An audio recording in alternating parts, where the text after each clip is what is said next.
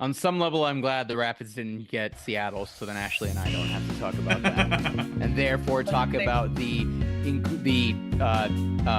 disintegrating playoff. You're listening to the MLS 2024 Fantasy Colorado Insider, bringing you weekly tips, tricks, and advice for the official MLS fantasy game. Are different people taking the different fantasy player awards, Henry? Yeah, we'll figure it out. Okay. Hello, everyone. Welcome to the show. So we've got a little bit of a change in who is joining us tonight. Both Tyler and Christian were unavailable, so it's just going to be the three of us, which is awesome because we have Matt Pollard with us tonight. Holla, everybody. What's going on? Hello. Thank you for having me again, Reid. Of course, this is like the stealth secret behind the scenes intro before the intro for everyone who's joined us live. As I'm working on the special intro, working on the social, going out on Twitter right now. Is Gene with us? Let's see here. Now I was going to say, is Gene with us? Is he here? Do we know if Gene's yet? Well, okay, just to make sure. Recording in progress. There we go. We've got the recording in Ashley and Gene's honor. Let's see here. Oh, Eric did it for us tonight. Thank you, Eric. Before Reid yells at me at some point because he's the tech boss, we got new Wi-Fi. Oh. It hasn't been going great. You tell me if it's bad. So far, so good. Okay. Let's see here. Announcements, getting the Reddit stuff sorted out. Yeah, sorry we were a little late because Ashley was having some tech problems with her login. And Classic Ashley. No. It was a weird thing with... Remember one time when I ran the whole show? It worked. I feel like this is a time to remind everybody. I did the technology once, but I can't do it again.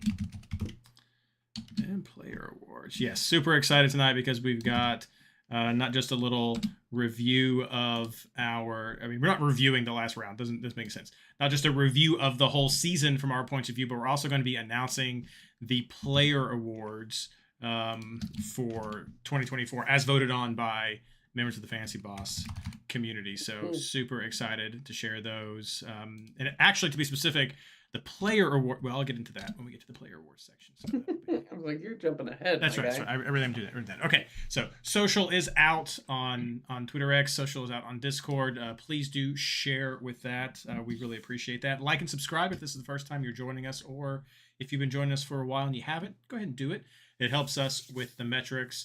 And this will be the last time we're coming to you live on a Monday night for 2024 as the game is over. But we're happy to share our thoughts and hopes and dreams as we start planning for the 2025 season. So looking forward to that. Hope you guys have had so much fun with us and throughout the season. So we shall get started. Hello and welcome to the MLS Fantasy Insider, our review of the 2024 season and Player Awards show. This episode is brought to you by, well, at the end of the day, it's brought to you by you all, the viewers who watch us and the players who play with us throughout this whole season. It's because of you guys that we do this, and we're just so happy to have you join us for another year. In addition to that, actually also brought to you by the amazing MLS Fantasy Insider patrons who help support this podcast to allow us to continue to bring this content to you every season. So we thank you so much for everything that you've done on that level as well. I'm your host, Reid Connolly from MLSFantasyBoss.com. Tonight, I'm joined by my partner in fantasy, Ashley Savage. We'd also like to welcome our special guest, an award winner, Matt Pollard from Burgundy Wave. How are you all doing? Yeah, thank you so much, Reid. Good to be here. Glad that I finally got to make it on one show, albeit the one at the end of it. I apologize for some of the scheduling conflicts we have had throughout this season, but here I am, and I'll tease this a little bit as we'll get to in a few minutes, Reid. It was a climactic end for Something to Prove FC, who almost had an absolute disaster fantasy year, as we discussed when you were on Holding the High Line back in March. That's right. Yeah, I had you at the beginning of the season, so I had to head you wrap up at the end. It was good. You did not get relegated, and that's really what matters at the end of the day. But no, we're so excited to have you on to chat about just our general takeaways from 2024. We had a little bit of a preview of this midway through the season, where I think Ashley, you and I were here, maybe somebody else, and we were just kind of chatting about, might have been Christian, just kind of how things were going so far, because we had some changes at the beginning of the season. Not huge, but definitely we felt the changes. So they were impactful, Yep. and we were just sort of seeing where they were. And so this is a time to reflect upon that. But we're also very excited to be able to cover the winners of our MLS Fantasy Player Awards, early feedback from our 2024 player, just feedback survey from the players, and also just to announce the winners from the MLS Fantasy Boss networks of leagues. But before we get that, I think I'll just take a second and let's just go over our final standings. If you're joining us in chat right now, please do share and let us know how you did. Not last week, but just last week this season. So at the last whistle, Ashley, where'd you end up? Yeah, I had kind of a slow slant post my Europe trip. Like once I wasn't able to play for a couple weeks, had to piece teams together. I did a bit of a slow dip, but still ended where my general goal is. Reid and I talk about this a lot. My goal is always top 50. If I'm 50, great. If I'm 10, great. I kind of feel the same no matter where. This year I ended at 51, which is a real kick in the pants for my standards. But like I said, there was a point in the season where I was 9 for a couple weeks. So I feel like I had a really good season by my standards. And most importantly, I kind of had fun adapting to these new rules, picking players that I maybe, hated but knew would do well. Just all over that Messi every time, insufferably. Our final round, I posted a 119. And my round rank was 95, which I think was decent considering I didn't have the balls to wait for Inter Miami to cap one of them. I played it safe, which is stupid for the last round of the season, to be honest. But I played it safe with Bogusz, but heavily considered the Messi or Suarez captain. But by the time lineups came out, I'd already given the armband to Bogusz. So generally, I felt okay about that decision. Overall rank, like I said, was 51. In case anybody's missed any time I say this all season, that is adding my 11 points back, which Skylar himself has given me permission to do, so I do it. Champions League 58, like I said, a general slip for me, but overall, this was one of my better seasons. Reid and I also say this ad nauseum, but I tend to start triple digits at least and then work my way up. But this year I started really hot and I feel like I kind of didn't know what to do. And so towards this end of the season, I did something that I don't like, which was I played defensively. I thought, I have to have, so-and-so this week, even though I don't really want him because I know everybody's going to have him. I didn't leave myself enough room, not necessarily for differentials, but for those sub-chalk or less chalky picks because I just really wanted to finish, top 20, top 30, which is where I was sitting a month ago. But still, like I said, generally a great season. For me, good by my standards, a good time, and ended just about where I hope to end up every year. One away from prizes, but what are you going to do? Matt, what about yourself?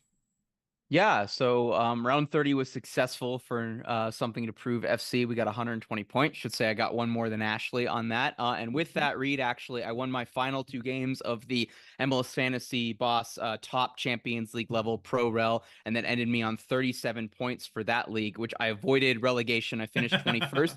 Had I not won those 2 final round 30 and round 29, Reid, I'm sitting on 31 points and I am last. I don't know where the red line is, but it's definitely not at 21. So I think, Reid, I'd have to go back and look at some of the spreadsheets and other places that I would have kept records of this. I think this might be my worst MLS fantasy season since I was officially, brought into the MLS Fantasy Boss multiverse, as you will, as a Rapids point person, involved with all of the sickos on the Discord when lineups are dropping at 6:30 p.m. Eastern time on Saturdays as well. So unquestionably, something to prove FC did not prove something at all. I will say this is probably the most successful season for the Rapids as well. So maybe my fantasy success and the Rapids success are inversely correlated. So I look forward to starting Chicago Fire and San Jose Earthquakes players next year. Yeah, and just being absolutely terrible. I will seek to. There should be a wooden spoon trophy for the person in MLS Fantasy who just forgets about their lineup and finishes 20,329. I feel like that person should get a prize on some level. That's a change I want for from the MLS Fantasy overlords over at MLSsoccer.com. But so Normally, my goal is normally top 100. Ashley goes for top 50 because she has bigger goals than me. And normally, I would say I'm normally in the 200 to like 75. I think has been about where I've been at for the most part. So overall, this season I finished 383. I got off to an absolutely horrid start. I think I over-indexed on players who were like 5 to 8 million in terms of their initial valuations to kind of have that be a differential to grow my value. And I definitely could have been more aggressive on that front as well. Reid, that's when I brought you on to HTHL to really help me from an emergency standpoint. We were in a similar position to I think Wolves are right now in the English Premiership. And then I changed things up. I did something I never do or never did in the past of starting 3 forwards consistently. Normally, I had like a sub differential guy as well with that. Normally, I'm set up to have 2 auto roos set up of the 3 field players you have. I switched that out to being just 1. I went a little bit more chalky with my midfielders than I normally would. And I went more aggressive on the defenders that you had just because other than Kai Wagner, because of what he is, and then to a certain extent, Brooks Lennon, though he had a down year, Atlanta had a down year. I went more for guys who I thought were going to get big bonuses when normally I have historically been a clean sheet hunting truther, which I think is just something you can't do in MLS anymore. That actually got me into, I think, the second of the 4 Champions League groups that we had. I had a really busy summer, so I guess the third quartile of MLS Fantasy. The time zones in the Mountain Time Zone didn't really work for me, and with my work schedule and all the midweek games on Wednesdays, that didn't really help me in terms of setting it and forgetting it. If Reid was on here, he would say, Matt, that's an excuse. Like, you need to be a sicko, excuse yourself to the bathroom. So I accept that's a problem that I've created, and that's something to prove FC will improve on in 2025. So yeah, bad start, good middle, then kind of a bad tail off. Basically, however the Rapids form was this year, like I was inversely proportional to that, and grateful that I was able to. Who did I end up beating on that final week? Let's look this up. Who did I beat to avoid relegation, Mark? Reid, because I feel like we should celebrate this, or at least dunk on this individual. Let's see here. Let me see standings. Dunk on this individual. I hope it's me. I don't think it was. Otherwise, I would have remembered the last week. Let's see here. Matt, you something to prove FC. Something to prove FC. You beat Christian. Christian? Loon Oh, Juice. Okay. Yeah, you beat Christian. Dunk. Yes. And it was 120 to 97. That was also, I will say to give myself some grace here, Reid, I will say I was definitely a victim of me having a really good week and then somebody else having a really good week. Like I had, I don't know, let me see the standings. How many losses did I actually have in this? So I was 12, 1, and 17. So I had 1 draw. I'd be willing to bet 5 of those 17 losses I had were by less than 5 points. And, that could be a single play in terms of some of the players that you had as well. So I am reevaluating my structure in terms of how I handle MLS Fantasy, but it was still a good learning experience. And it's still, as someone in the Mountain Time Zone who, when I'm going to a Rapids home game, at best, I get the first half of the East Coast games and the final 20 minutes of the West Coast games, wasn't really still a really good way for me to keep up with the league and be knowledgeable, even with all of the simultaneous kickoffs. So in that regard, it was successful. Yes, and you missed relegation by 5 points. Let's go. All right. There you go. Bottom 5 get relegated out of the Champions League. So top 3 get prizes, bottom 5 get relegated. So that's how all that goes. We'll cover some more of that. For myself, so round 30 score was 114, round rank 199. And actually that was just under where I really hoped that I would be by technically 2 points at the end of the day. Overall, I was ranked 45, so I actually climbed those last couple of 2 or 3 rounds to overall 45. I always shoot for top 100, so definitely happy with that. Another disappointing year in the FC Cincinnati Official League, as I once again number 2 by 13 points in that one. 12 points would have tied number 1. I mean, it's like 100 to third place, and then me and number 1. 13 points, but big congrats because the number 1 player in the FC Cincinnati League is also one of the players in our veterans or homegrown Pro Rel League. So definitely someone who is part of the MLS Fantasy Boss Network. So happy to see that happen. And then Champions League finished 17th overall in Champions League. So no prizes there, but definitely cool to qualify and do so well in the Champions League. I say that I came in short because, as you all who've been listening know, this was the first year we were going to have a repeat of a winner of the MLS Fantasy Insider Hosts Invitational League. And it came down to Skylar and myself, both of us previous winners. And I lost to Skylar by 1 point. 114 to 115. No point corrections either for the two of us. Skylar also won his previous round to get into the final by 1 point as well against Tyler, I believe. So he's now both our nemeses. And Ashley. So, and me, he locked me out of fantasy for 2 weeks. Okay. But very, very close. So a lot of very close head-to-heads right there at the end. It was super, super fun. I'll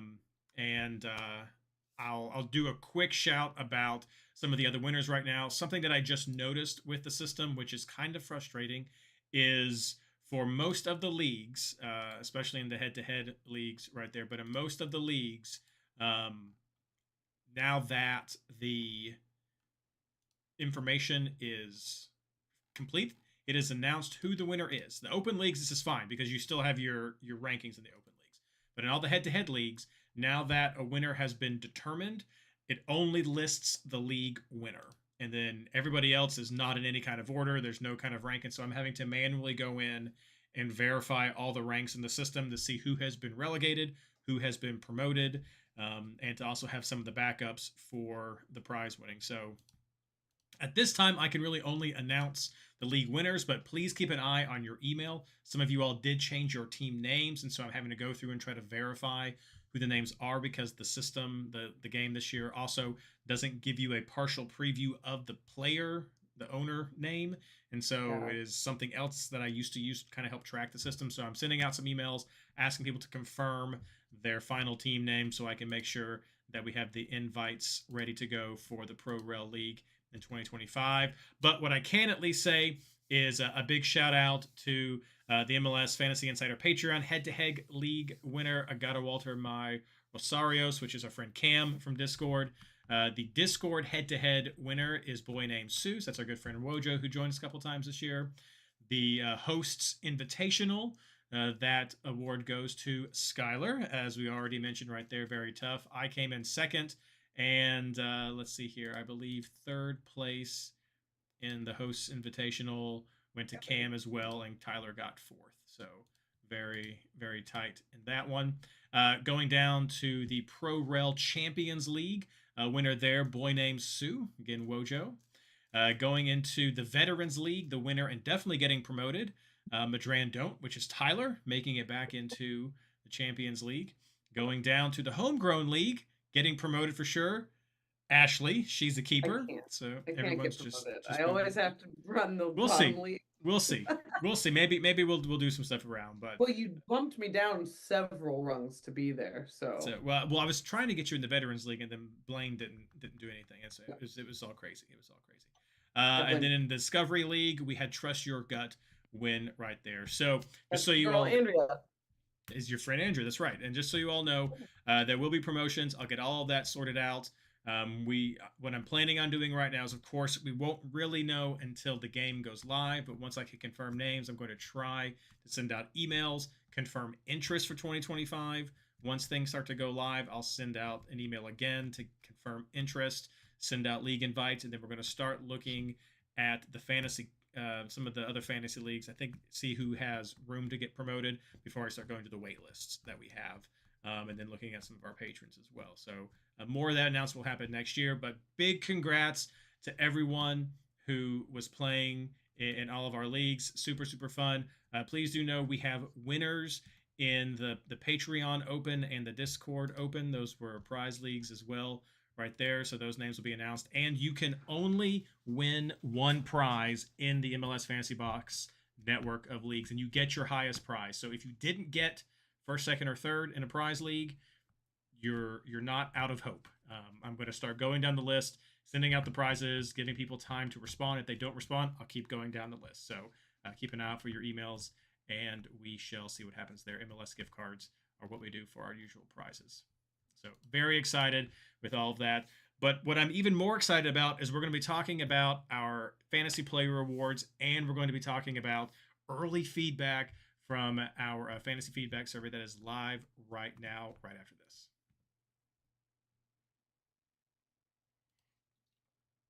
All right. There we go. You're going to get me that one spot. Thanks, Bojo. We're going to get it was literally 12 points. I was like, oh my gosh. I'm sure some of the I'm sure Sounders or something had some super competitive league as well, but like, I'm ninth in the Sounders league. It's like 12 points. That is so it's unreal. Well, crazy. Is Wojo in chat? I don't have YouTube up because I'm afraid. Yes. Well, I want to shout out that he was, and I blame myself because a lot of it rested on Rusnak. Our friend Matt was 1 point away from OR1. Oh. And I'm so proud of him. And then, like I said, I feel pretty bad because Rusnak got a yellow card late. I was yelling, I was doing what I could as a fan at the game, but I couldn't help him out. Have you heard the news as well? We have a lot of representation in the top 10, so super awesome. It's crazy. Super awesome. All right, let's do this. Let me get the social out for this next segment. Hey, green. Tweet. Post. Okay, there is some social. And Blaine posting on Twitter but not responding to my emails.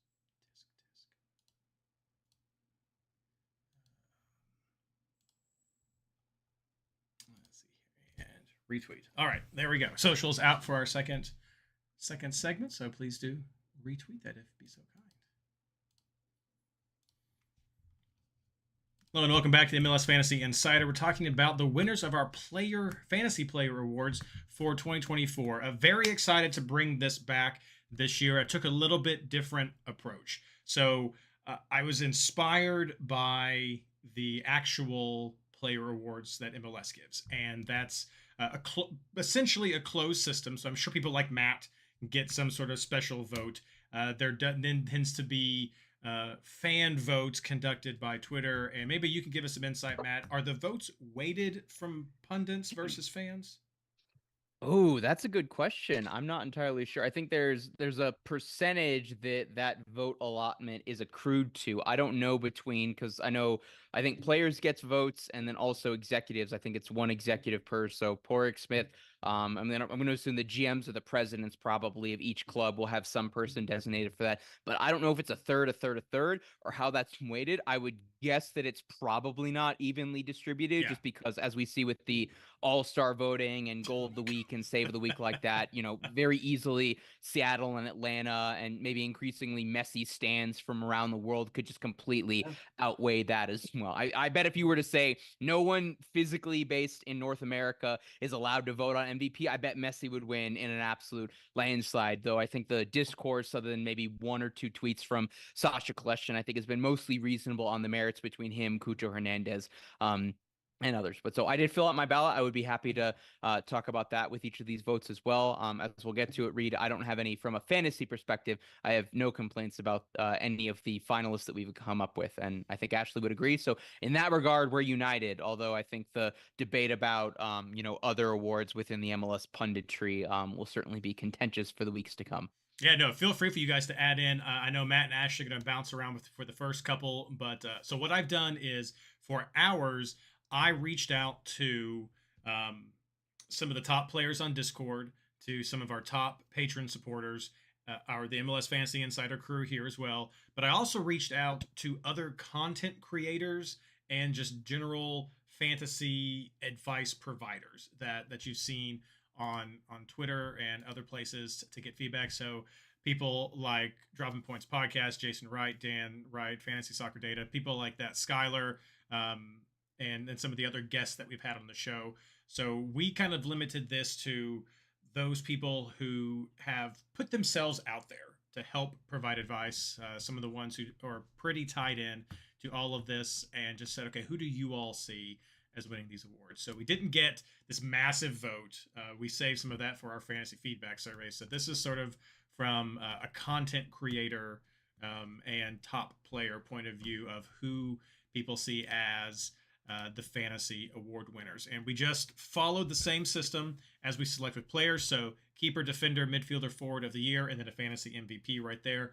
Perhaps we'll expand in the future. So if people have suggestions, go ahead and leave comments or shoot us messages. Happy to hear that. But there was no criteria. It was just who is your choice. And I did provide a list of a lot of who I believe were going to be the top candidates, and even some of the fringe ones. And then I had a section that just said, and why?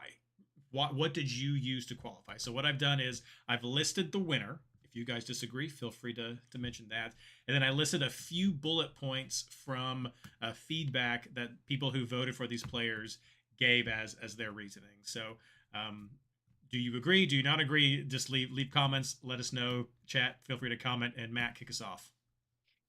The 2024 MLS Fantasy Goalkeeper of the Year is Charlotte FC's Christian Kalina. I believe he will win Goalkeeper of the Year, the actual MLS award, in the weeks to come. He is who I voted for, while we're being completely transparent that wise. And I don't think there's any questions from an overall stats perspective that he was the best MLS fantasy keeper. And even when we consider the context of the team that he's playing on from a fantasy perspective, I think that even shows more why he was even better in that regard. He was number 1 in points for MLS fantasy players with 146. He did play in all 34 games for Charlotte. Second place would have been Hugo Lloris on 141 points. So 5 points behind, but 1 fewer game played. And then you'd have to drop down to Brad Stuver, who's at 133 in 4th. And then after that, you'd have to go down to Steve Clark, who's at 120. So when you're talking about the top 3 keepers, before you get to, above 120 points, he's got a 26-point lead on Steve Clark, and then a 13-point lead on Brad Stuver as well. I think maybe, you could have gone Hugo Lloris as well, certainly a World Cup keeper as well. But I would say, unquestioned, what made Christian Kalina so important is that while he was on a very, very good defensive team, he was the most important piece to that, both from a structural standpoint, the shot stopping that he was doing as well. I do think Charlotte plays a little bit of some negative football. Certainly bringing in Tim Ream was helpful in terms of their defensive organization, playing out of the back, which maybe got Kalina a few more of those passing bonus points that you had as well. But you look at it, he was absolutely fantastic. He made a bunch of really great saves. He did that to get Charlotte where they were in the table in the context of actual soccer, and he did that to get save bonuses and to get clean sheets as well for, I think, maybe, I would argue, the only, but possibly at most one of 3 MLS teams that still thinks that like clean sheets and defense first is actually still important in Major League Soccer. So we'll get to this a little bit later, Reid, but I have some thoughts for how we could tweak or unbreak the how MLS Fantasy does the clean sheet stats. But he's the best defender, or the best defensive player on the best defensive team that actually got clean sheets, and that is the number 1 thing you are looking for in an MLS Fantasy keeper. So Christian Kalina, unquestioned Goalkeeper of the Year. I will fight you. Ashley, are you gonna take that fight? No, I won't take it. I like it. I think it was good. That's who I voted for as well. He got almost 40% of the vote. Behind him, tied for second, were Hugo Lloris and Stephen Fry. And so I get it. Totally agree. No arguments there. So Ashley, let's move on to Defender of the Year. Yeah, I feel like Reid sets this up because people tend to, get on me for being a Sounders homer, which we've well addressed. I normally root against them in fantasy out of fear. But it's crazy to say this, but unquestionably the Defender of the Year was Jackson Reagan for fantasy. He was both the highest pointed and the highest points per game player.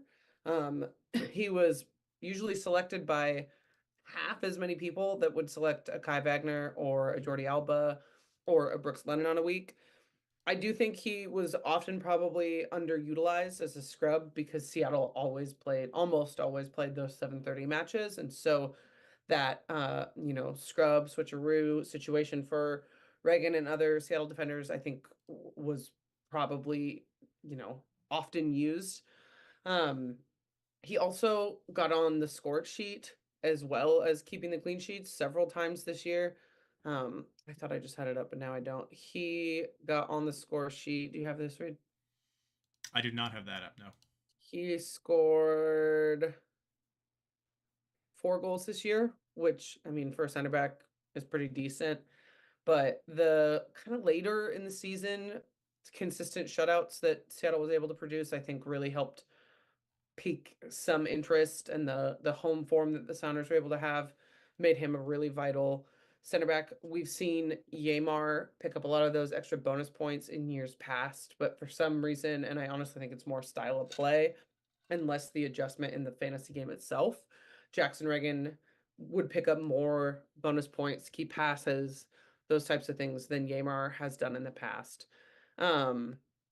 Like I said, he was the highest per game average of 5.69, which is great for a defender. And then he had 182 total points, which was only 1 point better than Kai Wagner, but Jackson Reagan played in one less game.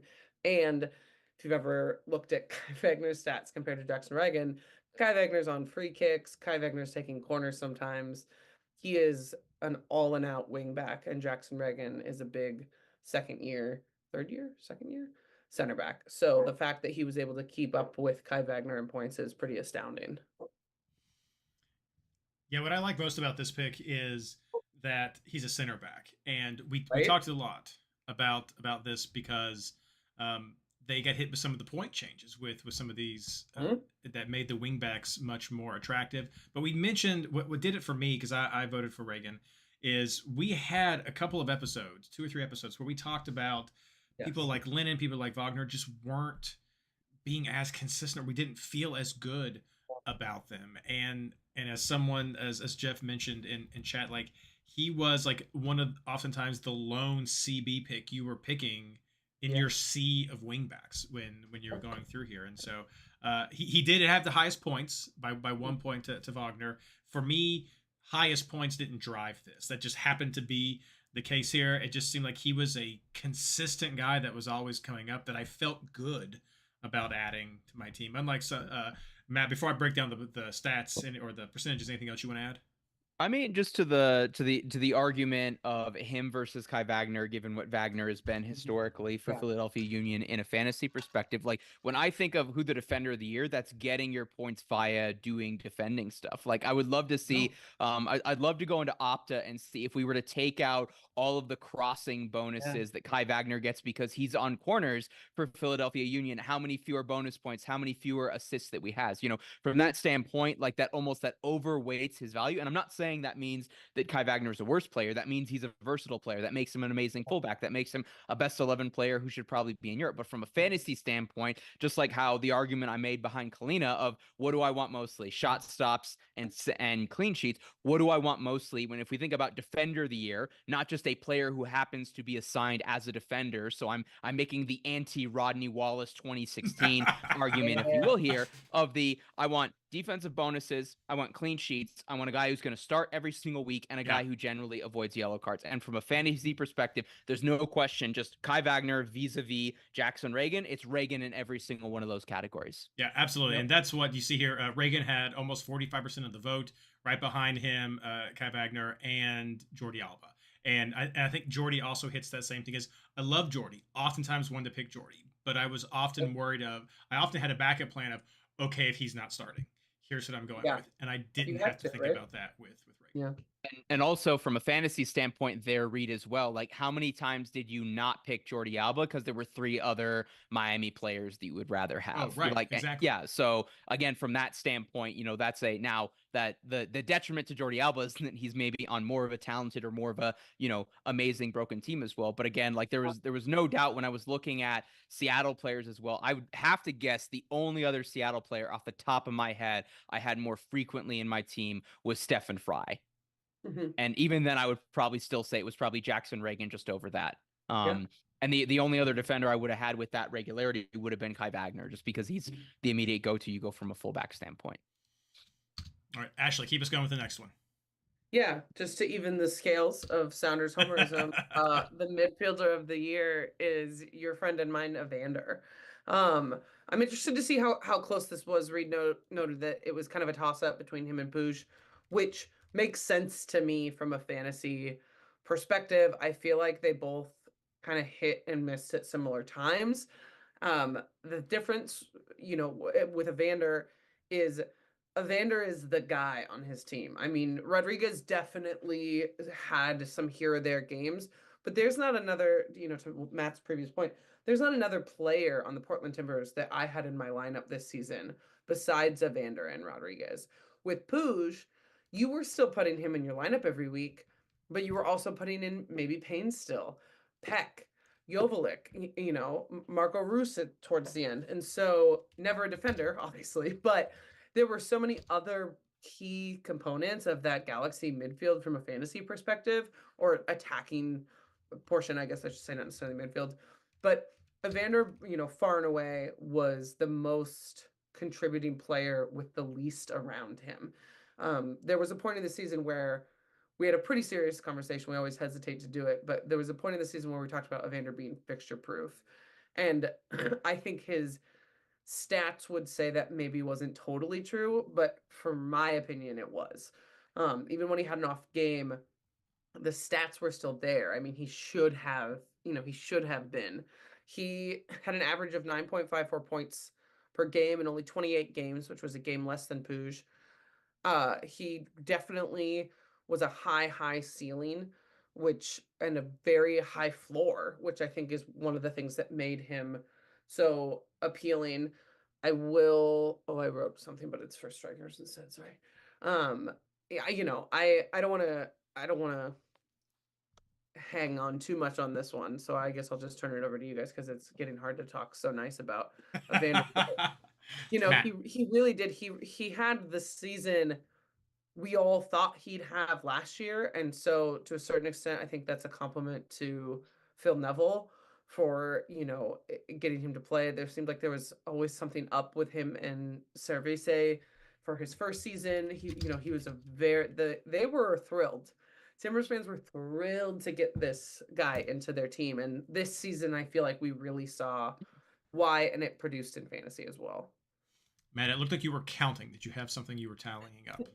I'm telling two things here. One that I'll say specifically about Evander. So to the argument of, I would say Evander's highs were higher than any other midfielder we had. I would say if you look at just the point totals overall, I would say Cucho's floor, not Cucho, Lucho's floor, with Ohio and Skibbity, Ohio, Freudian slip there. I apologize. But Evander had 7 weeks in MLS Fantasy in which he had 15 points or more. So to Ashley's point, not as we should rename this, Reid, because I feel like I've come on the pod and referred to it as like the Reynoso effect, where like everything's around him, so that to where no matter what's going on, he's gonna get his, and if his team has a good game or if he has a good game, like he's gonna absolutely go off. And there's so to that point of him being fixture proof, let's not use Reynoso given other things that we will not talk about on this podcast. Maybe we can name this the Evander effect as well. Sure.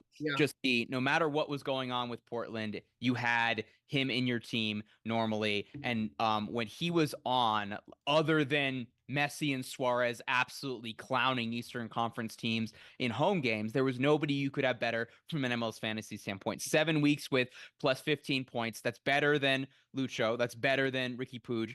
I bet. Find me another player outside of Cucho Hernandez or Inter Miami that was doing that on such a regular basis, and doing that with goals and assists, and also doing that while being a spectacular player as well. So in that regard, I don't have anything to question. I will say I'm curious to know, Reid, your thoughts from a voting standpoint, because I would be willing to bet of all of these awards that we're handing out here, this is the one where there's a proper plurality. Like there was ranked choice voting had to go in maybe to decide a tiebreak, or I don't think Evander got more than, I'll say 35% of the vote. This was a blowout. 83%. I'm completely wrong. Wow. Okay. 83% of the vote went to Evander, with Pooch getting 16.7%. Right. I am completely wrong. I stand corrected. I mean, Wow. it was. I mean, I voted for him. I think he hit all the points. I mean, that's what it was. He's exactly the kind of player. I think there was one comment in there that said that his numbers surpassed Valeri whenever Valeri was elected as MVP.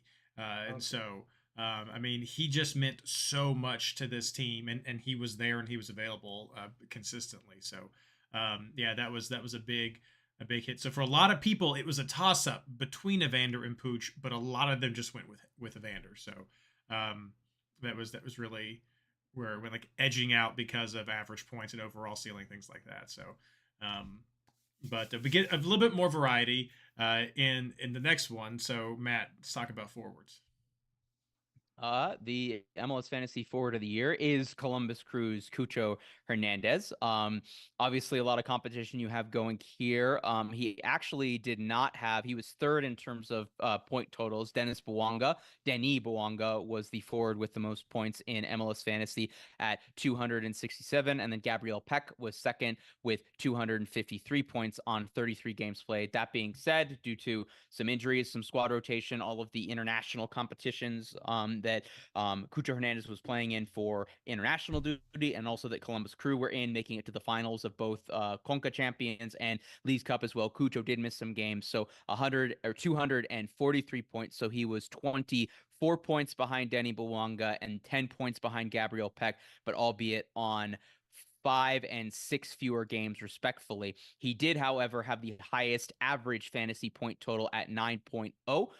Excuse me, Messi would have had more, but we're excluding Messi for reasons that we can talk about in a minute. But excluding them, he would have had, yes, he would have had the highest point total of the guys who played regularly, and there was nobody else after Messi and Cucho that had higher than Denis Bouanga at 8.34. So if you're asking for consistency, and given that we had a very good understanding of Cucho's availability, international duty, injury, squad rotation, pending those double game weeks as well, you knew when Cucho was not out. So whereas I feel like Tata Martino and the MLS Messi media machine strung out whether or not Messi was going to be available or Messi was on the bench, what do you do in that situation? That was a conundrum that Ashley and I both had this week as well. I went with Suarez to be the safe points. In hindsight, I should have gone with Messi, but who knows there. So again, if you're just looking for, I'm going to hype on this, consistency in terms of availability and then what you're doing for what your position is valued in MLS Fantasy. Cucho Hernandez is our MVP in this regard.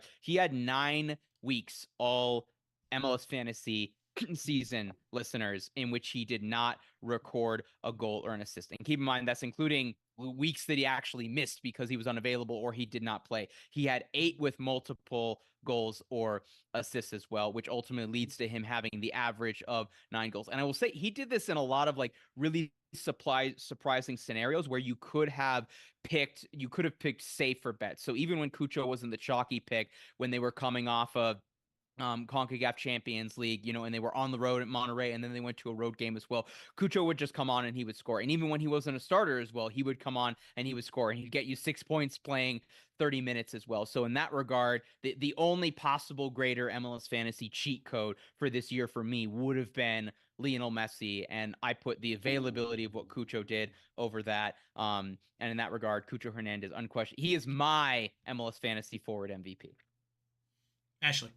Yeah, I mean, I think I voted for Cucho. I agree with everything that Matt said as to why. Now, I think I maybe say this too much. I'm not an incredibly data-driven fantasy player. I look at it, I consider it, but it is not the leading factor in how I play the game. However, I want to talk about the data here a little bit. Like I said, I definitely agree with Matt about availability and consistency. The amount of games he didn't score a goal are so small. Cucho was a beast this year. He didn't get Golden Boot, which is surprising because I don't even think the name Benteke is going to come out of our mouths until just now. But Messi, and anyone who's listened to this podcast knows that I've been on that Messi train since before Messi got to Miami. I'm not buying into the hype. I love the hype. I love the hype. I love the guy. I still can't believe he plays here. So let's look at him without, being homers and, neglecting him because of all of the just overkill that is MLS and Apple and Don Garber and everything. Messi had 11.26 points per game.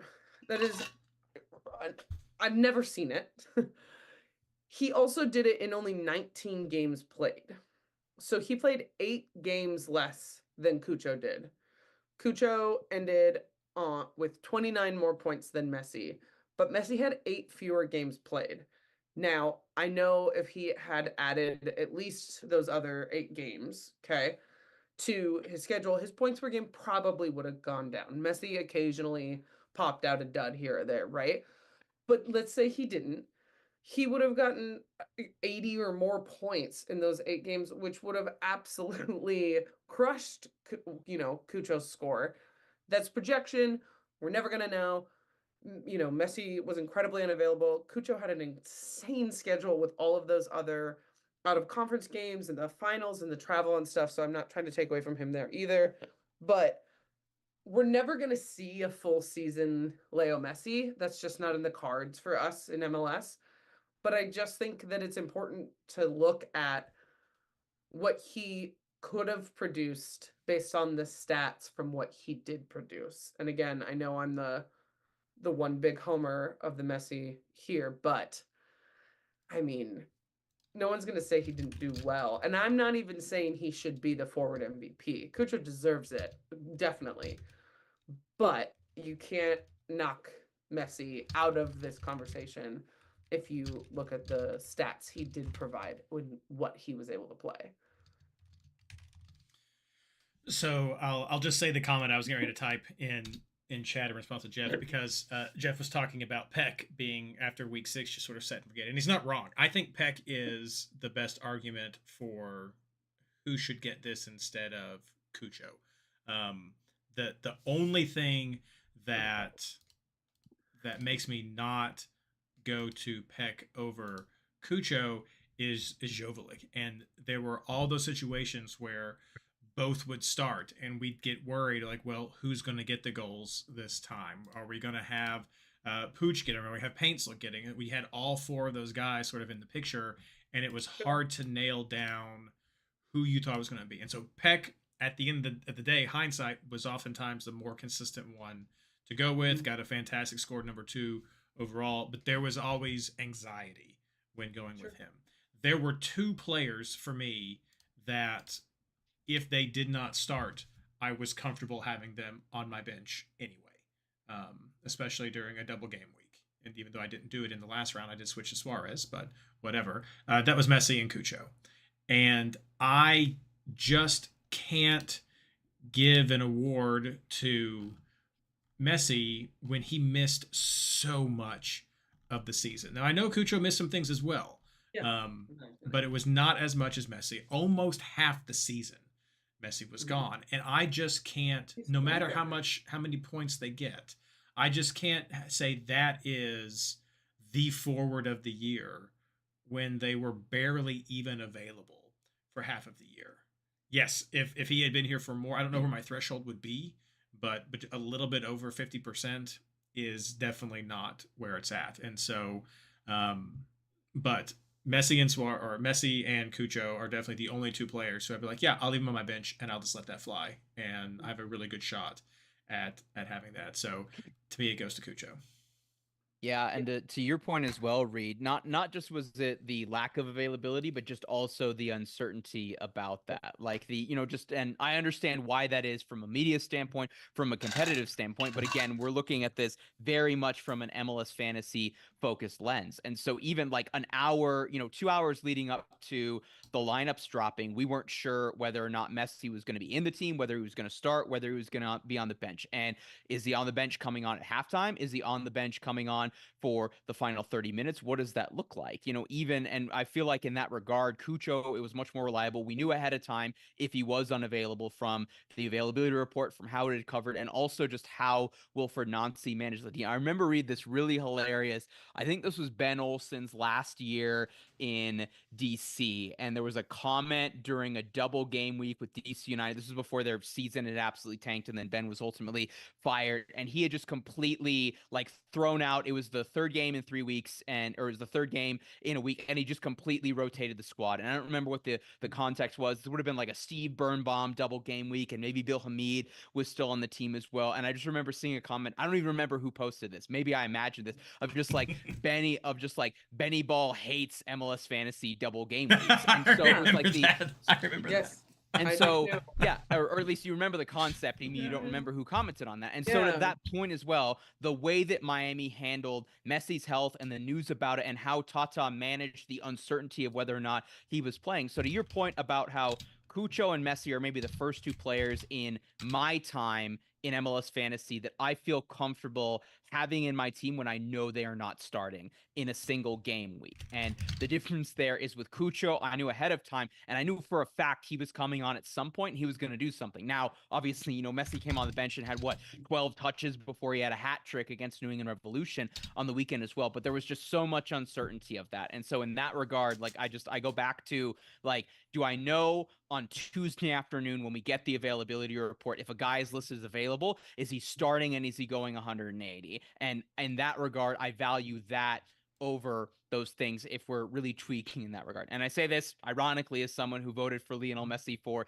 the actual MVP over Cucho Hernandez. I had both of them in my best 11. But so from a fantasy standpoint, yeah, you need that certainty of are they actually going to play? And Cucho, when he wasn't going to play, we had a way better understanding of why and when he was going to be back and how he was going to be used. And Messi, it was questionable until he came in. And once he came in, we knew he was going to ball out and destroy people. But my lineup's locked at that point. Yeah, I'll mention 3 more things before I move on. One to add to that comment is the other thing about Cucho is he was getting points from non-goal scoring actions, which is so valuable for a forward that a lot of the other ones just didn't do. So he was getting those other bonus points for those ways. And then a couple of comments that were made in chat. Yes, we are talking about some of the availability and some of the points scored. If you want to look at points per game or XG averages, that is totally you. That is why I ask for people to justify why or to just share their thought process for this, because there was purposefully no guardrails like that. It was, what do you think? What is your reason? What is the most important factor for you? And so that is what went there. And then they mentioned Suarez as well. What I will say about Columbus was when Cucho wasn't available, my thought was, I guess I could go with Rossi. I never liked it. I never liked going to Rossi. If Messi wasn't available, I was like, all right, I'll take Suarez. And so I felt okay with that. That doesn't detract from Messi, but I had another attractive option that was there. If Cucho wasn't up front, I almost just didn't even want a Columbus forward. And so he was the guy for that team at that point. So can I add one other thing in here that I feel obligated to do? Because Sure. I often feel like I'm, cheating on my original fantasy love, which is Denis Bouanga, who was Tati Castellanos before it was Denis Bouanga. Sure. But Denis Bouanga has been, my guy for quite some time now. And he was borderline slept on this year. And I do think it was because there were more viable, consistent forwards this year than I think there have been recently, especially with stretches. There was a stretch where you had to have Chicho. You had to. Then there were a couple stretches where you had to have Benteke. You had, right? Mm-hmm. So I think a lot of people, there was a phase of the season where, Denis Bouanga can't score on the road. And then he did start scoring on the road. I understand, he had more games played than Cucho and a couple other players at 32 games, but he had the most points this season. And there were many weeks where, perhaps just at the tail end of an episode, we'd say, well, what about Bouanga? And, LAFC is doing well. And but, at the comparison to some of our other strikers, I think that Denis Bouanga was kind of slept on, at least from our podcast, which again, so that's my fault because I'm the spokesperson for him, and the 3252. But it's impressive to me to look at his stats now, end of the season, and see where he is when, like you're saying, is Peck a close second? Peck played a game more than Denis and had 14 points less. The points across the games played are there. But he wasn't always the first one in our team because of the Messi and the Suarez and so. Yeah. But I think, yeah. I was gonna say, and with him, I think that's like Matt mentioned earlier. We were oftentimes looking at some of the defensive options for LAFC.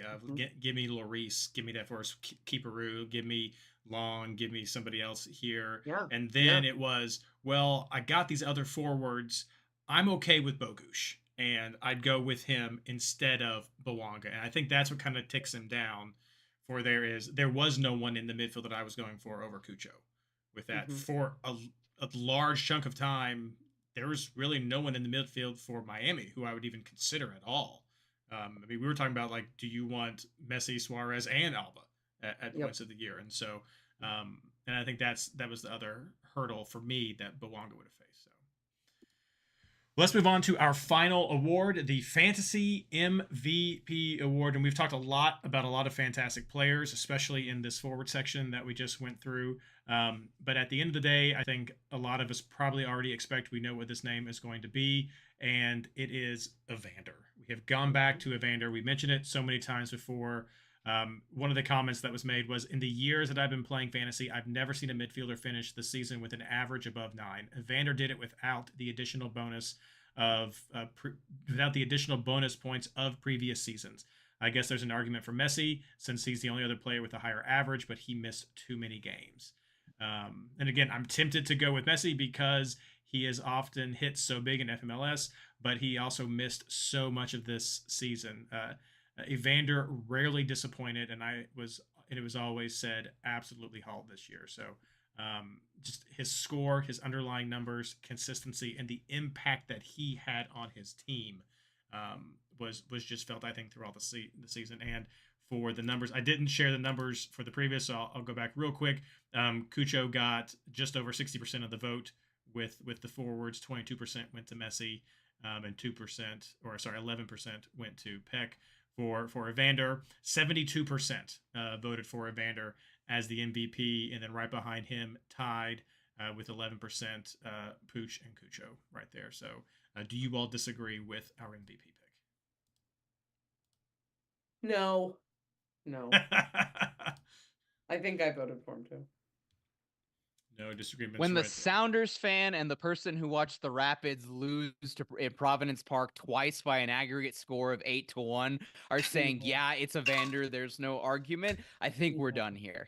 Yeah, agree.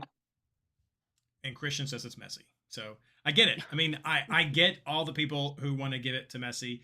I get if you want to look at points per game, but at the end of the day, he was not available for you to select. And I think that has to mean so much for who you want to give a fantasy award to, is that they're actually there and available for you to pick. I mean, maybe we need to pick people like scrub of the season, of like people who weren't available that you could have had in your team. So we should have a one-hit wonder award, Reid. Like, where's that random third-choice goalkeeper who has to start because of injuries and gets a clean sheet, so then they have an average point total of 10 points per game, but then never play again the rest of the year? Saved a PK and then got traded.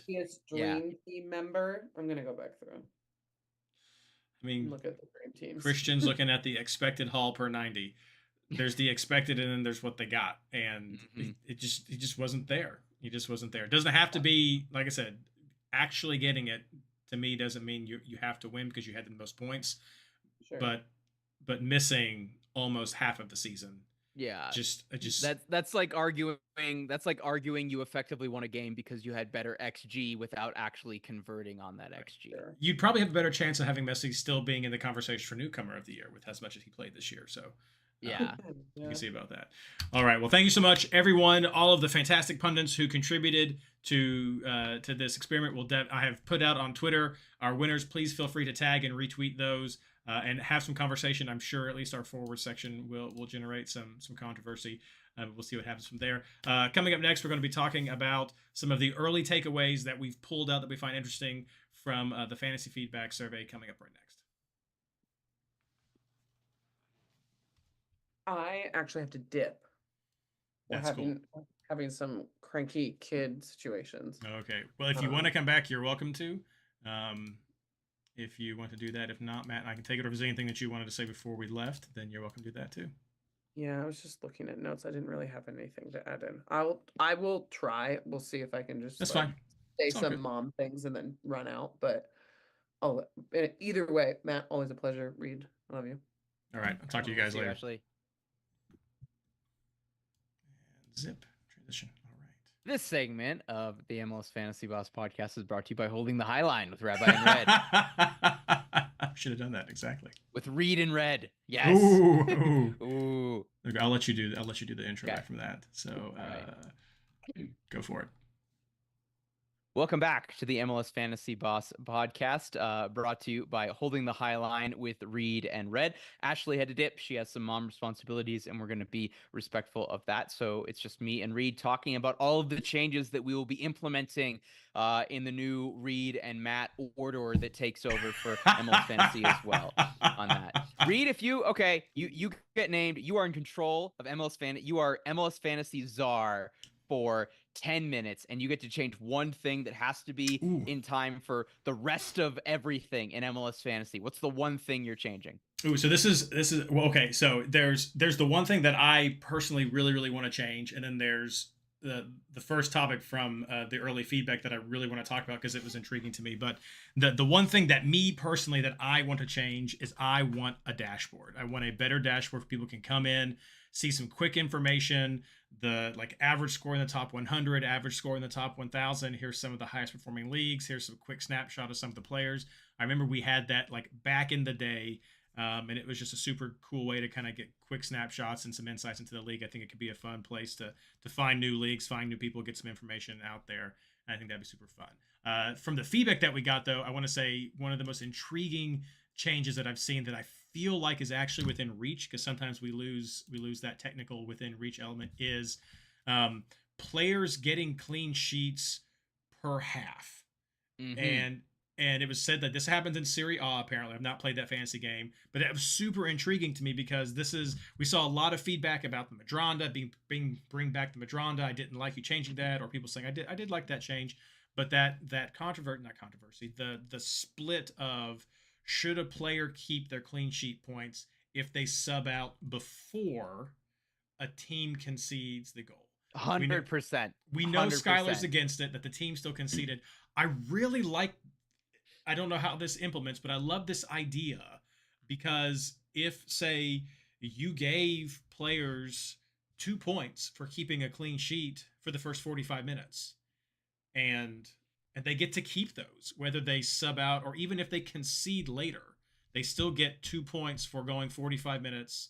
And maybe they have to code it for the first half, or I don't know if it would be 45 consecutive. That's a question that Christian can weigh in.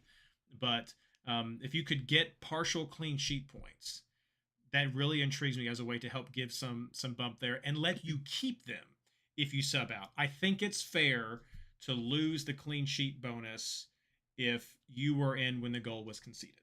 I think that's fair. But I do like an idea of being able to reward a first half clean sheet and a second half clean sheet sort of independently. I think that was really cool. A really cool suggestion. I'd like that as well, Reid, just because with, MLS is an attacking league. So, as I mentioned earlier, I was a clean sheet merchant for my first 5-7 years easy in MLS Fantasy. And now that's not something that you can do, or that's not the first thing that you prioritize. So I would agree that, if there's any position that individually I think needs to be overhauled from a points total standpoint, and I know the switch to Opta upset a lot of people. I am, I'm the leader of that class action lawsuit in MLS Fantasy of, I think we need to overhaul or relook at what we're looking at from a defender standpoint. I think both from a points total, and then maybe that corrects then the issues that at least I felt were there for the valuations for the player values in MLS Fantasy. Just when we're getting to Messi and Evander and Ricky Puig, worth 17, 18 million, that just gets to be absolutely ridiculous. But where the other thing is here, Reid, with the 5 substitutions, it is now not uncommon for you to sub out a defender, including a center back, for fatigue, for potential yellow card accumulation implications, for tactical reasons as well. And so then where's that concern is then, okay, is that sub coming after the 60th minute so that they even get credit for that clean sheet? And then does that tactical shift then lead to them also conceding a goal, maybe, so that I get the guy for the 60 minutes, so at least he gets the 2 minutes points, gets credit for the clean sheet, and then it gets taken away because the team concedes a goal without. That's something that I feel has been broken, or it's undervalued defenders in MLS Fantasy, and it's made it simpler in a way that's less fun, as we've talked about in the past, where like a year or two ago it was Kai Wagner, Brooks Lennon, and then who else you're doing. Nobody was starting 5 defenders in MLS Fantasy, and that it simplifies the game in a way that makes it less creative or less customizable, which thus makes the results more predictable and therefore less fun. Yeah, so I don't know how Serie A does it with their fantasy game, but I could see maybe the system being you get 2 points for a clean sheet if you play 45 minutes without conceding. And then if you go 60, you get 2 more points to help account for some of those people who might be subbed out.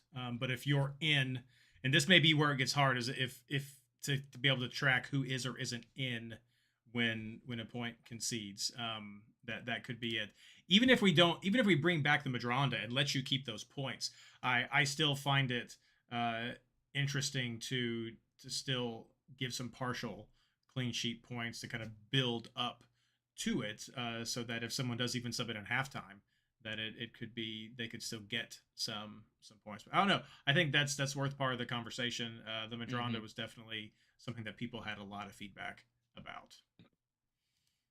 Let's see here. So next on the list of some interesting feedback that we have, and this is just kind of an open conversation that we're having, so love hearing the feedback from chat. This is one that's been on there a couple of times that we've talked about, injury warning tracker. And I think the question for me is, we've seen this a lot. It's been a constant thing with MLS talking about the availability of players. And we know a lot of the stats are going to have to be available by the provider in order for MLS to be able to do something with them. And so I would love for there to be some sort of flag that pops up next to a player when they have a yellow card warning, when they have a red card, just to make that easier, more than just like the red dot or the green dots that we have right now, like something else, at least for a yellow card warning. And again, if we had a dashboard, you could have a list right there.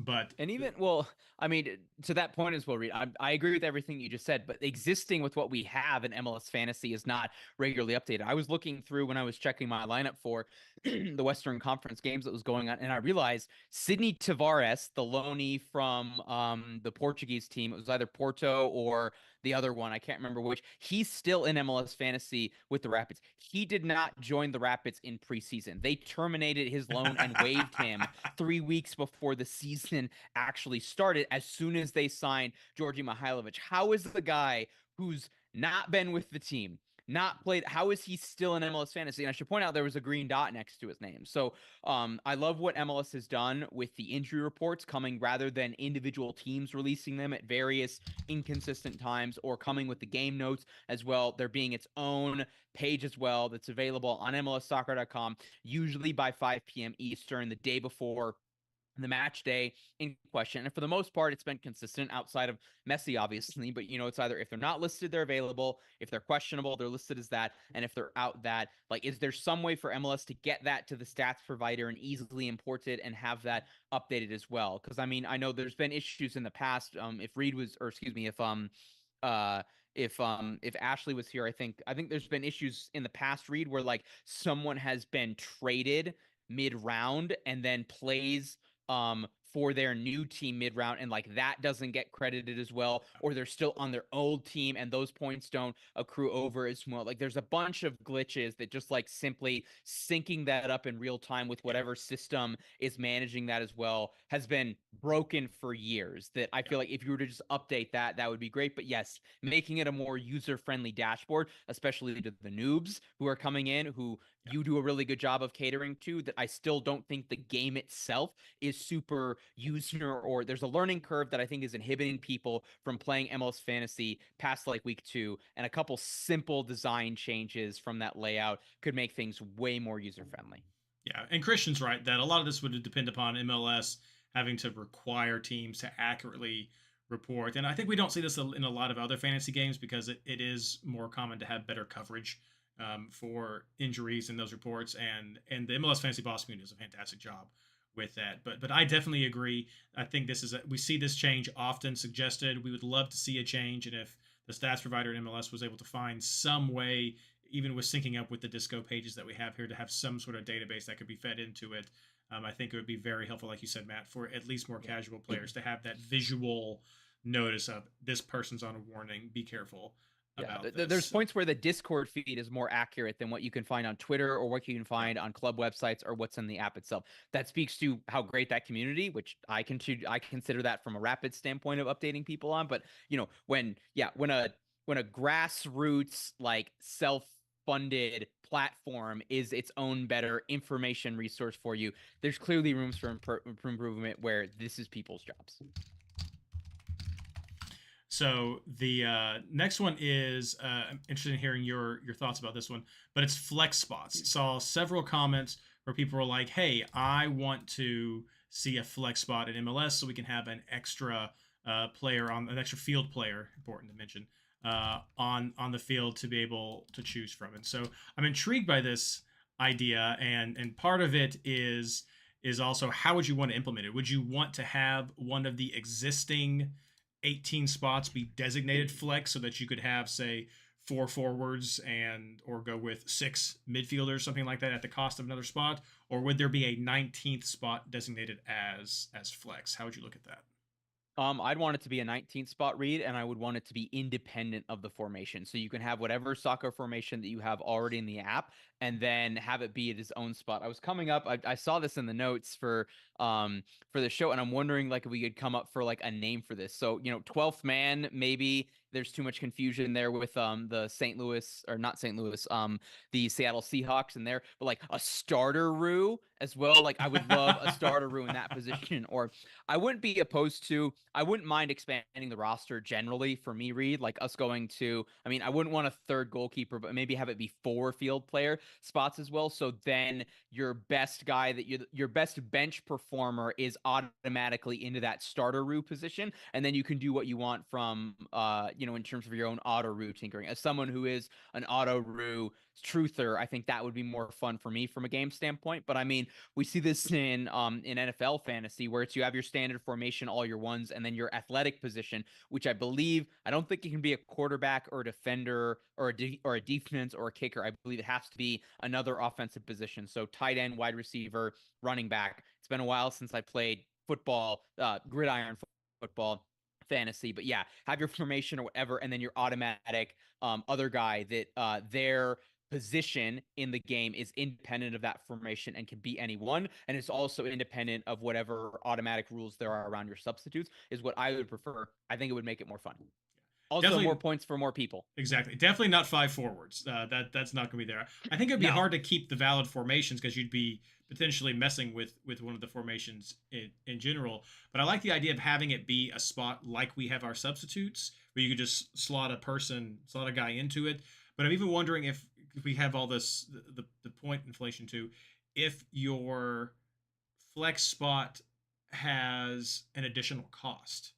Does the play, is this 1.5 times their salary to fill your flex spot? Is it double the salary to fill your flex spot? Since I know a lot of people crack 200,000, I got like 196 or 196 million with mine. So is that something where we address that? You only get a certain amount of, rather than it being based on the valuation of the player, maybe it's based on the actual points total. So you remember, Reed, when we didn't have just like rolling unlimited substitutions each week, you could get the extra sub, but it would cost you like 2 points as well. Just who you put in that position, maybe you only get a certain percentage or like 1 less point, or what does that look like? I'm wondering. Or does that position maybe have its own point structure regardless of the position that they are in the game, that maybe is a little bit different? Yeah, that could be fun. So this all probably requires more coding. That might be feasible, might be a long-term thing, but I think that could be fun. I think that could be an interesting conversation, maybe for a long-term look at with this provider. Again, look at some of the other leagues, see what they're doing. But to say, hey, what could we do with the flex spot and different points, different structure, more money? I think that could be. I don't like it being a chip. I know that was some question there, like when to use it, but I think that could be. I think it's a cool suggestion, and I look forward to hearing people's thoughts about that and seeing it get fleshed out. Some general thoughts. What if, Reed, there was a cap on the value of that player that you could put into that position? Because I feel like, again, like you said, once we get halfway through the game, everybody's got over 160, 170 million in budget. I haven't had to care about my budget for the last 10 weeks as well. Like, what if that player had to be under 8 million? Then that gives some credit and some value to that player as well. Where's the 2016 Michael Azira that never cost more than 6-7 million in MLS Fantasy, but never got you fewer than 4 points? He also never got you more than 7. Where's the, again, if we're going with the 12th man argument, or maybe that has to be a player who does not necessarily start the game, so that has to be an automatic substitute that you're bringing in. Where's the Oh, who was the Philadelphia Union like number 10 guy who just came in and did a bunch of back heels? He's not on the team anymore. And he had a weird I think he was a Brazilian. Oh, I can't think of his name either. No, I remember. Oh, no, I can't think of it. No. There's somebody yelling at us for Yeah, it'll come to it. Ilsinho. Yeah, The we go. Ilsinho Memorial Otto Rue 12th man of MLS Fantasy. That could be funny. Yeah, we'll sell it out to sponsorship, and we can have the 12th man brought to you by EA. Christian made some interesting comments as well of like maybe having a captain for each position, getting away from this, but that's a fun idea. Those are some fun things. Might be easy to do. I know people mentioned vice captains. I hate to burst your bubble. It does not work in this game because of our rue system. We broke it years ago, and they're never going to bring it back, because just pause for a moment and consider that you could preview your vice captain on your bench and then scrub your field captain to force it to be your vice captain. He doesn't even have to be on your bench. So you could preview the points of your vice captain on your field and then decide, I'm going to scrub my captain so he doesn't play, so that I force it to go to my vice captain if I like his points better. So we broke it. I'm sorry. We broke it. Okay, next one that we had here. I want to hear. I really want to hear people's feedback about this. A couple of the comments mentioned that limited transfers would cause this game to be more casual friendly than unlimited transfers, which is our current state. Do you, Matt, agree with this? Chat, do you agree with this? Or is it time to have a conversation about limiting transfers in general? I'm not a big fan. I like the unlimited because of our schedule and because of the systems that we have and some of just our viable player pool. I actually don't agree with this statement, but what are your thoughts? I think it makes less casual friendly because, you think about it, someone who starts on MLS Fantasy, gets busy for a couple of weeks, or, isn't necessarily, comes to it occasionally. And then maybe they have a roster that was built with a bunch of guys, that now we reevaluate, 3-4 weeks later, and you'd want to completely change it. Or I guess we could go back to Reid. What was having the automatic scrub? You got the one absolute reset as well, back when you only got two substitutions wild cards, as well. Yeah, the wild card. So I would, if we're having this, I'd want to know where the threshold is at, and I would not set that. I would set that threshold very, very high. I would have it be 10 substitutions. But to your point, with all the double game weeks as well, that we have everything, and then things going through the transfer window, I remember in the olden days when you only got the 2 substitutions, and then if you only did 1 sub in one round, then you got 3 the next week, you could take an extra substitution and, be docked 2 points or something like that from the week. And it was to the point where you were having to plan out teams bye weeks, multiple weeks in advance if it was a major team. Well, I guess now now that we'll have 15 teams in each conference, there'll be fewer of those where you've got teams on a bye. But I think it's too complicated. I think if you were going to do that, you would probably have to, there'd be no more double game weeks. You would have each match day is its own match week. Or I'd want the threshold to be at 10 substitutions. I don't think this would make it more casual friendly. This would make it more fun and more interesting for the sickos that are planning out their substitutions weeks in advance based on what the schedules are and everything. And I think that detracts it from the fan who's looking at their fantasy roster only on Saturdays. Yeah, I agree. So I will say a lot of these comments I do see come from some of our international players who talk about some of the hardship of trying to log in to make some of the transfers and keep up with that. And I get that. And I appreciate that we have that interest from across the pond and just from all over the world. But I do think that unlimited makes it easier. I know people find it daunting to think, I have to pick 18 new people each time. Well, you don't. You don't have to pick 18 new people. You only have to change who you want to. But it is a feature of the game to help deal with the call-ups and the rotations and the injuries that happen, to not make it so you have to think far ahead of the season, which that I feel like is daunting for new players. And I don't feel like it's any different when I used to wake up at 3 a.m. to be able to make transfers to try to catch price changes with the FPL system. And then I'd go back to bed to wake up because these games are starting in the morning for me. So I think it's sort of insert league, swap it here. And I mean, we got 4 time zones that we're dealing with here, if not more at times, depending on if you're in some of the outlying islands. This is not England where we're playing in one time zone rolling through there. I mean, the reason the games are starting so late is because it's still morning over where Matt is when I'm getting ready for bed. So that's the thing that we're dealing with. It's not that bad, Reid. It's not quite that bad, but I mean, you probably still got some sunshine there. But it's an interesting conversation. I feel like Unlimited is still the best system for MLS, but if you are a casual player and you feel like it's difficult or daunting, I'd love to hear about it. I'd love to be able to get some content out there to help that be able to be processed more and to let that not seem like such a huge barrier. Next one, and you mentioned this, Matt, called us an attacking league. There is a bias towards attacking players in this game of who that we're looking at.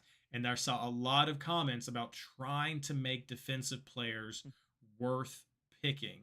What stats do you think could help do that? Are there any changes you can think of to make either defensive players more viable or just to help buff the stats that they have? Yeah, well, I mean, we already talked about the thought with clean sheets. I think that would certainly change that thing as well. You know, maybe you could change the point structure in terms of penalties for number of goals conceded. I don't think there's enough penalties conceded for you to say that, like, hey, let's underweight those as well. But yeah, I would say just you could very easily, from a coding standpoint, just start to overinflate some of the defensive stats that have gone down because they don't happen as much or because they're, you know, not as coalesced. They're not as spread out amongst teams as well. So, you know, maybe, you know, make it more points for the clearances box and interceptions as well is certainly one option. You know, you could overweight values on free kicks. That might be a little bit difficult to track there, but I think those are the easy ones. I think you start to give more points, you know, for that, just like how for defenders, you get 6 points for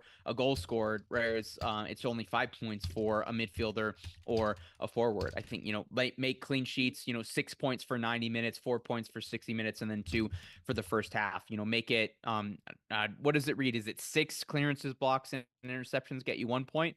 Yes, it used to be separate stats, and then it was combined, and then we had some of the even defensive stats removed this year. So yeah, okay. So I'd say bring back those stats, and then relatively to what they've been in the past, overinflate them. I think is a really simple solution in that regard, and then that makes it more interesting in terms of, am I going for a team that does a good job of starting the game or does a good job of closing it out from a clean sheet standpoint, and then do I care more about those bonuses rather than just going with Brooks Lennon and Kai Wagner and somebody else, because those are 2 fullbacks who contribute a little bit of attacking wise and then also take set pieces for their team. Yeah, like when the 2 automatic defenders that everybody has in their team every single week are in there because of their offensive output as defenders, not even in the actual run of play as fullbacks, like, you know, your point structure around that position is broken.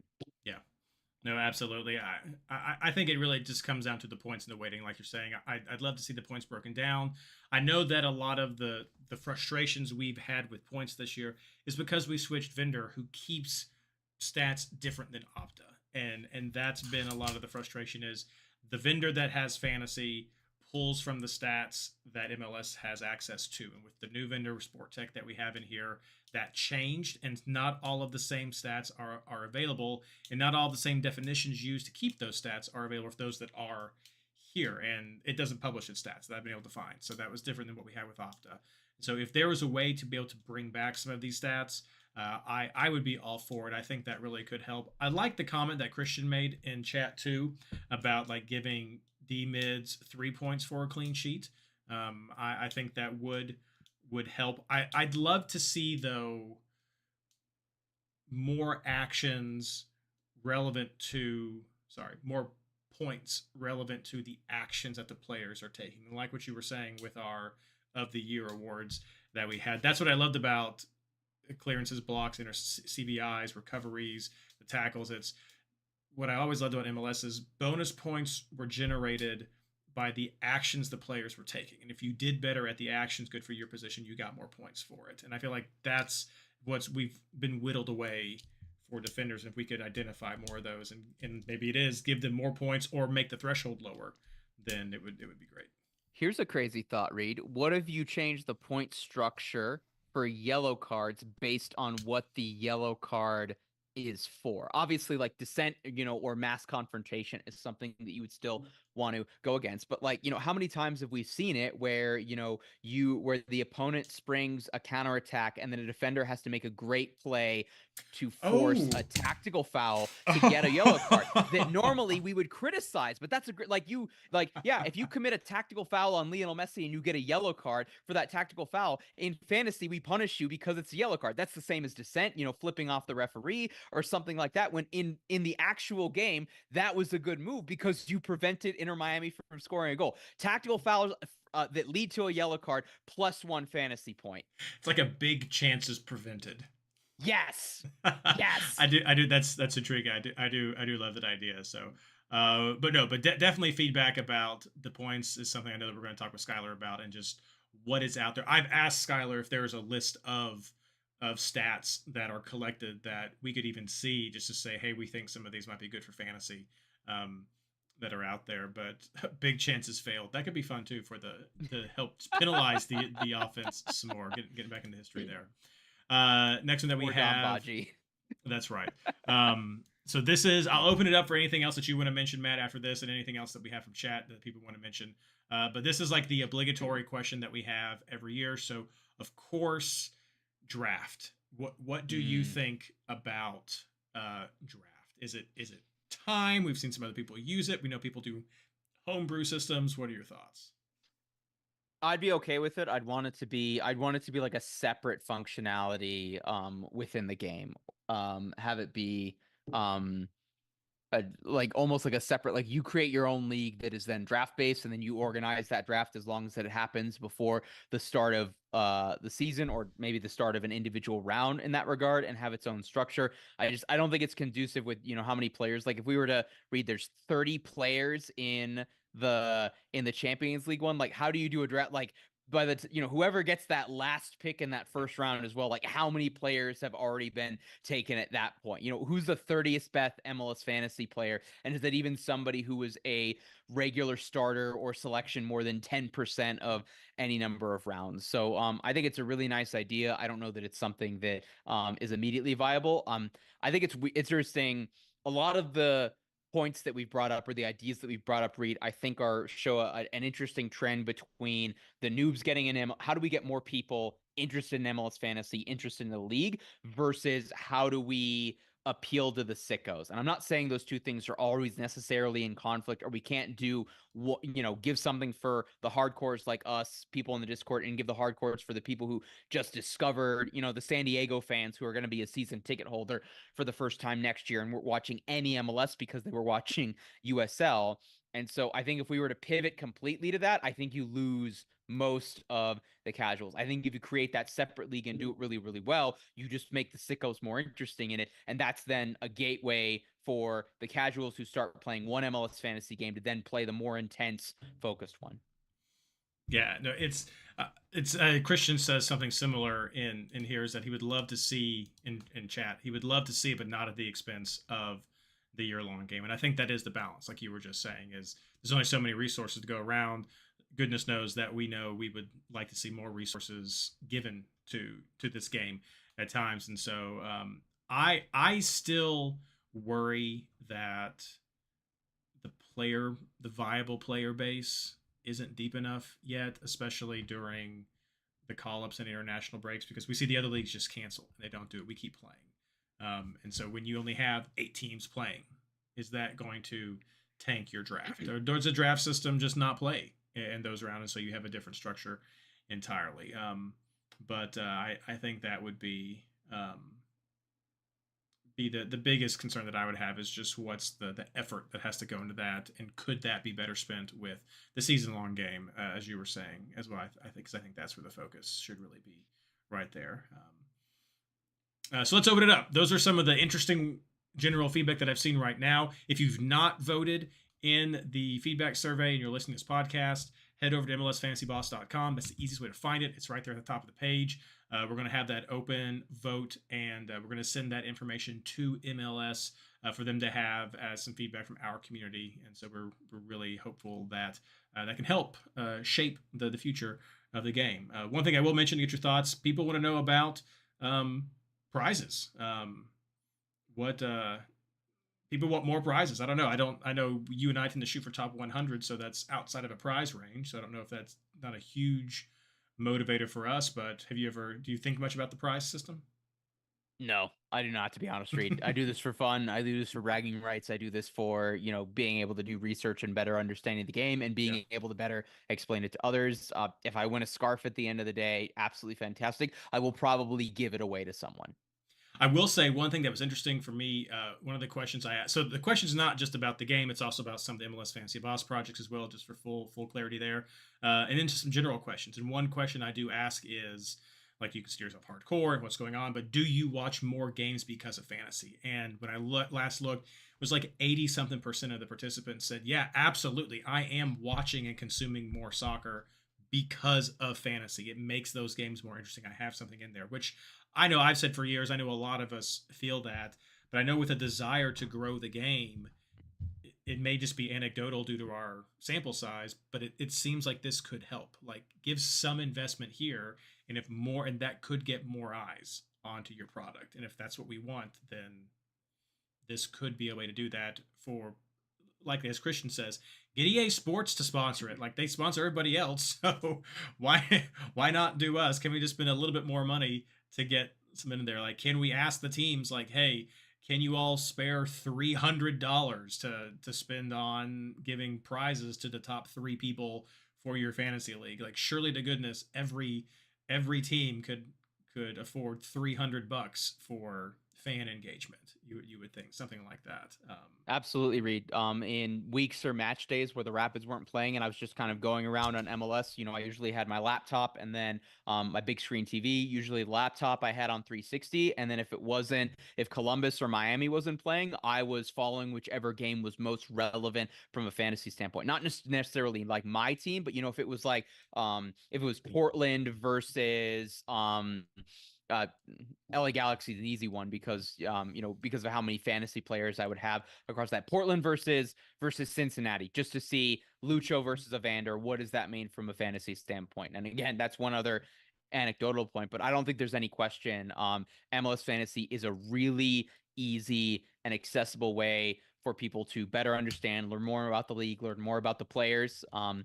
And certainly it makes you more interested in, I'd say particularly cross-conference games. I'd be interesting, Reed, if we were to put out another survey as well for, like removing, when you're watching your team in your time zone, that's one thing. But so are West Coast people watching more Eastern Conference games that have fantasy implications? Are people in your position staying up late to watch Sounders to see if Stefan Fry gets a clean sheet as well? Let's remove because I still think most MLS fans firstly are fans of their team. So when their team's playing fantasy related or otherwise, they are watching their team and they're not paying attention to any other games going on in that particular time zone. But what does it mean in terms of watching other games where we remove their team because different time zone games from a fantasy perspective, I think would be a good data point to start collecting. So Simplement makes a good question or good point. He's mentioned it a couple times in chat, I will say, but he is talking about the price change structure in general. Is there too much bloat?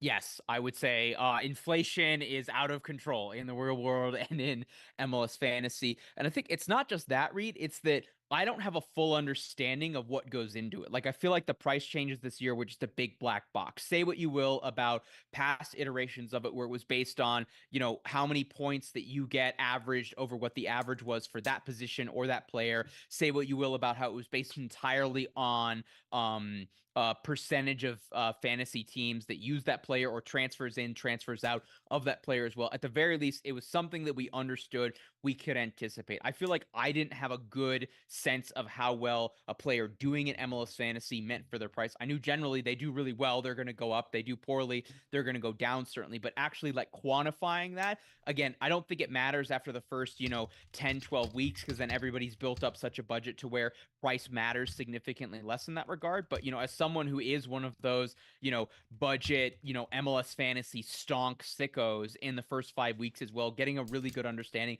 of how that value goes up, I think should be there. But, as we said previously about how forwards and midfielders are absolutely broken and defenders are extremely undervalued, the fact that there's not a defender over, I'd say probably 11 is Jackson Reagan, I think 11.1 million. And then you've got multiple midfielders and multiple forwards over 17 million as well. Okay, if it's Messi and Evander, I can understand that as well. But, when the median valuation for the positions for regular starters is off by 5 or 6 million, like something in the point total or how you accrue value from a cost standpoint with your budget, I think needs to be at the very least better explained, if not overhauled and made simpler and more predictable. Most of them are under 11, but Kai is 11.4 and Reagan is 13.1.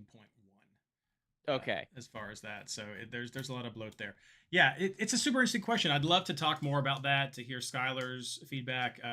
Christian is always the great grounding rod when it comes to some of these tech questions about what feasibly can the company do? What is within what's being paid there? And so a lot of some of these changes might be beyond what they could do.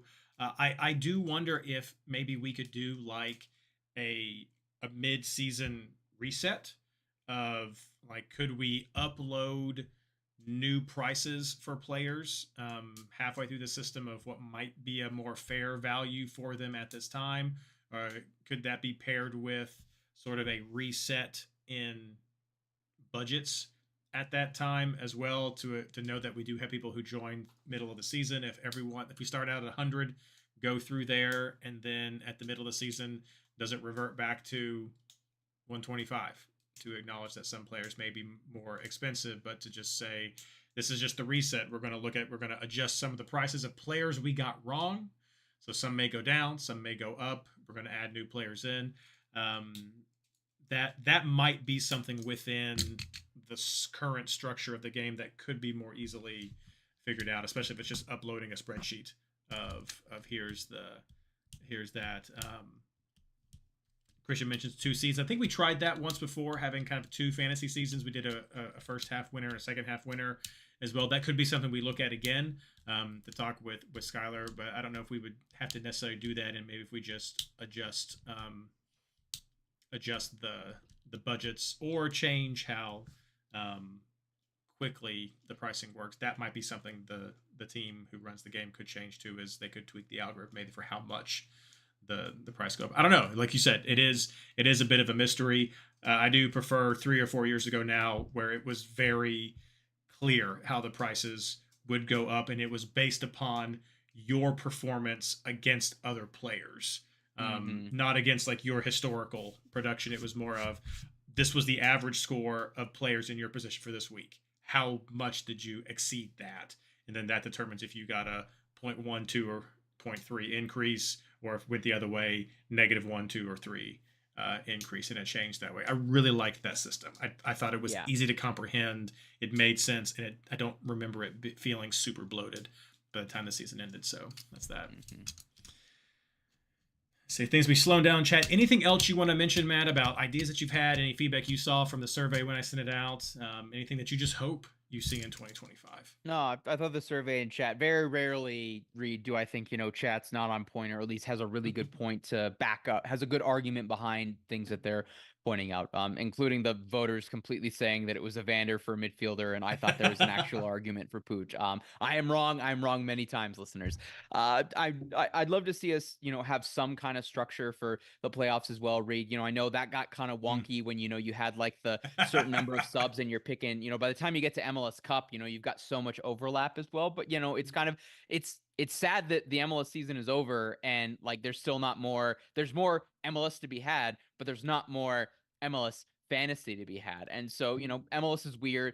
I don't like the best of 3 format that we have here in the round of 16, but like, can you imagine, like, Reid, what if you had like that was all one round as well, that you had to have locked in? So then do you start playing, everybody's getting a double game week, that obviously, or a double game round, but then do you pick players in matchups that you think are going to go to a third game, because then potentially you're getting a third game rather than two? Do you pick heavily on favorites as well? There's, I think it's sad that MLS Fantasy is done when MLS isn't done. I still want to be checking my MLS Fantasy roster on MLS Cup match day for when those rosters come out, even if, clearly we're going to have, between you, me, and Ashley, we are probably going to have 85% overlap from what that is, regardless of what the matchup ends up being. And I know that gets wonky with, like, they have to change it, in terms of like the number of players you have for each team, because there's fewer teams available, or maybe in the past they like limited the number of substitutions, so people generally went with favorites so that you didn't pick a bunch of underdogs and then have those be dead roster spots. But yeah, it's kind of sad that MLS Fantasy ends when the regular season ends, but there's still MLS to be had. Yep, there is the I'd bracket love Champions challenge. League Fantasy League as well, or have it in Leagues Cup. Yes, I do like it. Leagues We do Cup have the MLS bracket, Fantasy. so I like it. I like some of that. I love to hear that. So, well, I think that's a great place for us to call it tonight. We've had so many great discussions. We've had some great feedback. Please, if you're listening to the show and you haven't gone and voted in the 2024 Fantasy Feedback Survey, please head over to MLSFantasyBoss.com right now. Give some feedback. It's got several sections. Not all the questions are required. There's some key questions that are required, but please do take some time, give the feedback. Already chatted with Skylar. We will be sending the data to MLS once it is complete for them to have. We're definitely one of the more hardcore groups that are out there. But if you are a casual, please identify yourself as much. I mean, that's one of the questions. How do you self-identify for what you are playing with this game? So we want the game to get better. So happy that it's still going. So happy that we're wrapping up the 10th year, the 10th season of MLS Fantasy Insider and MLS Fantasy Boss. I guess for Insider, actually. Boss has been a little bit longer. But it's fantastic 10 years. Thanks so much for everyone who's played. Thanks so much for everyone who's participated in the community. It's been great. There is more to come. Our community does not shut down when MLS stops, so please do keep checking out the Discord for all the chat there. Matt, is there anything you want to plug as we wrap it up? Yeah, check out my written work on Rapids and all Colorado soccer at BurgundyWave.com. I think it will be a short playoff stint for the Colorado Rapids, but Hailstorm and Switchbacks, we're both going to have at least one home playoff game. So for the sickos out there, check that out. And of course, if you like what you heard from me and prefer to hear more rather than read more from me, check out Holding the High Line with Rabbi and Red. Mark and I are probably recording on Wednesday for a Thursday drop, so you'll have 2 days for that prior to the Rapids late first leg match against LA Galaxy. And it's not too early, Reid, for me to remind all of our listeners in 4 months' time, make sure you check your roster before the roster locks. Absolutely. Thank you so much, everyone, for joining us. And as always, good luck.